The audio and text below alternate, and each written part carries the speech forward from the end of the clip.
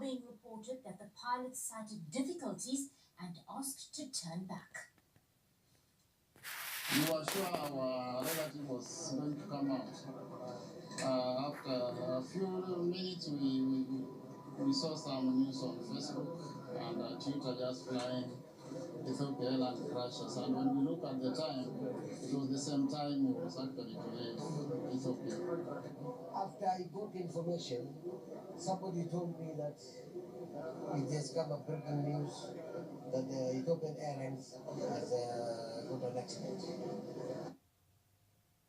President Cyril Ramaphosa has expressed his great sadness and has extended the government's condolences to those affected by this morning's crash. The president says the thoughts of South Africans are with the affected countries, especially the people of Ethiopia and Kenya.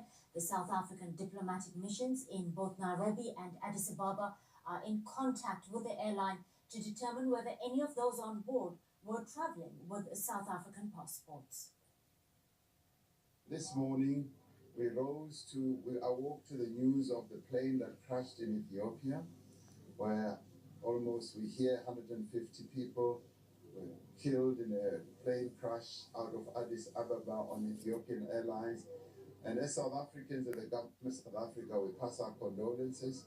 A plane crash that kills so many people is always a very, very harrowing experience that is very, very terrifying to the families. So we pass our condolences also to the families as to the government of Ethiopia. I will be talking to the Prime Minister of Ethiopia later this day to pass our condolences.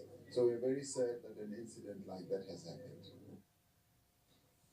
Well, for more on this developing story, we're now joined on the line by our correspondent in Nairobi, that's Sarah Kimani. Good afternoon, Sarah. Sarah, can you tell us where exactly in Nairobi you are right now? It does look like you're outside the airport and some very anxious friends and relatives at the airport at this stage, one can imagine.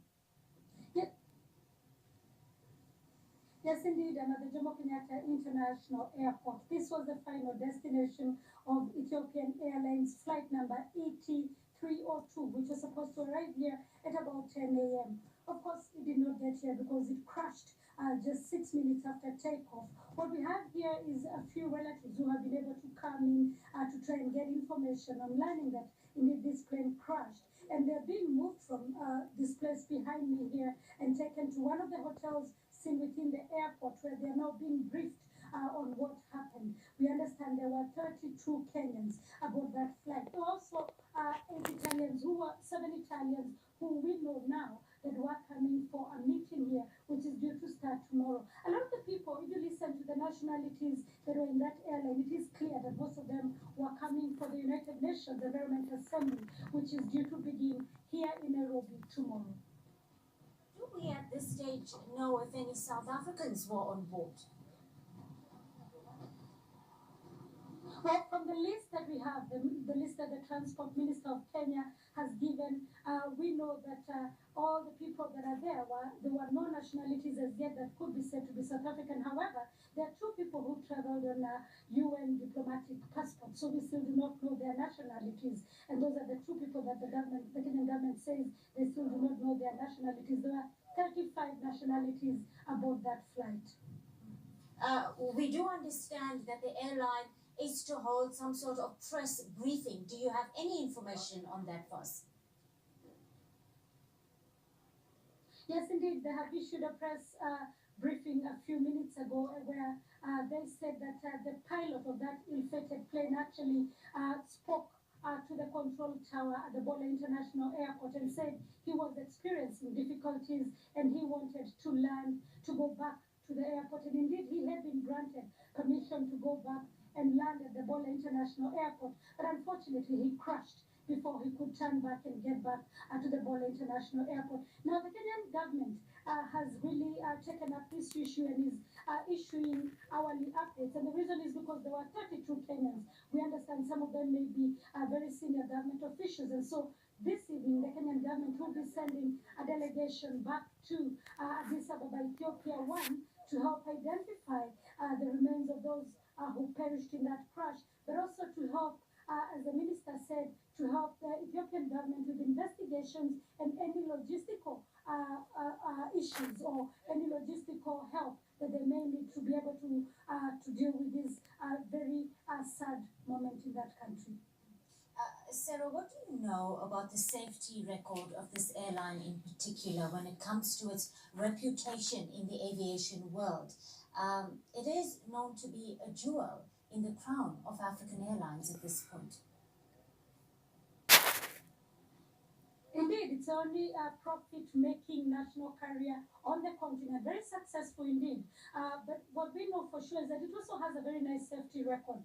It flies to almost all international destinations across the world and from Bole International Airport. And it also has a lot of connections from here. Indeed, Ethiopian Airlines is turning out to be to take the place of other African airlines, national carriers that have failed probably due to issues of profitability and logistical issues. And it has a very nice safety record. The last time an Ethiopian airline flight had an accident is about 8 or 9 years ago. So quite a healthy safety record, so to speak. Sarah, do we know at this point, I know you're in Nairobi right now, how the rescue and search operations are going on or progressing in the town of Bishoftu, which is about, we understand, 60 kilometers southeast of the capital? Yes, indeed. Ethiopian Airlines said that they had sent out a rescue and recovery effort team to go to the place called Bishoft, where that accident happened. We do not know as yet if there are any survivors, but we heard from the Ethiopian national broadcaster that all the 157 passengers and crew members aboard that flight perished. So what they'll be doing now is recovery efforts. The Kenyan government and indeed the Ethiopian Airlines saying at this point they still do not know the cause of the crash. But it is important to say that this was a relatively new plane. It's only 4 months old, acquired by Ethiopian Airlines in November last year. Sarah Kimani, our correspondent coming to us from Nairobi in Kenya, updating us on the Ethiopian Airlines crash this morning, which has left 157 people dead. We will be crossing back to our correspondents in East Africa throughout the